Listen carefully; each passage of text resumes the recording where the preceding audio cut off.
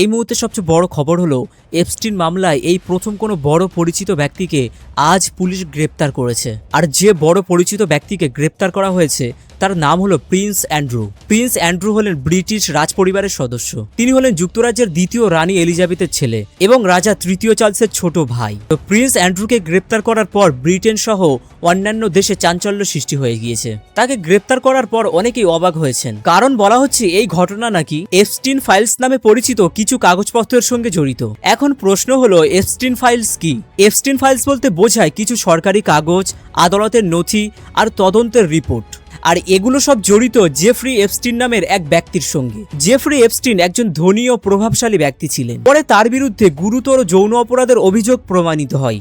তিনি অনেক ক্ষমতাবান মানুষের সঙ্গে মেলামেশা করতেন, আর সেই কারণে তার সঙ্গে কারা কারা যোগাযোগ রাখতেন তা নিয়ে বহু বছর ধরে তদন্ত চলছে। আর প্রিন্স অ্যান্ড্রুর নামও সেই নামের সঙ্গে আসে। তার সঙ্গে এপস্টিনের পরিচয় ছিল, আর এই সম্পর্ক নিয়ে অনেক প্রশ্ন উঠেছিল।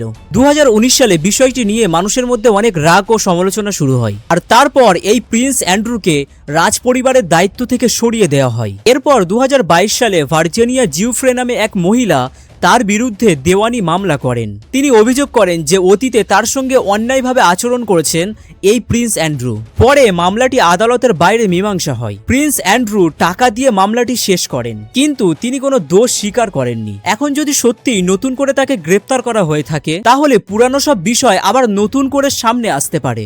আগে যেসব কাগজ গোপন ছিল সেগুলো নিয়েও নতুন করে আবার আলোচনা হতে পারে। যুক্তরাজ্যের আইন সংস্থাগুলোর উপর এখন চাপ বাড়ছে। মানুষ জানতে চাইছে যে কারা আসলে জড়িত ছিল, কি কি প্রমাণ আছে, সামনে আরো কারো বিরুদ্ধে কি ব্যবস্থা নেওয়া হবে। আর এই কারণে বিষয়টি শুধু ব্রিটেনে নয়, পুরো বিশ্বে আলোচনার কেন্দ্রবিন্দু হয়ে উঠেছে। কারণ এতে জড়িত আছেন অনেক ক্ষমতাবান ও পরিচিত অনেক মানুষ। তাই সবাই এখন দেখছে যে আইন কি পদক্ষেপ নেয়, সবাইকে কি গ্রেপ্তার করা হবে নাকি এই মামলাটি শেষ করে দেওয়া হবে।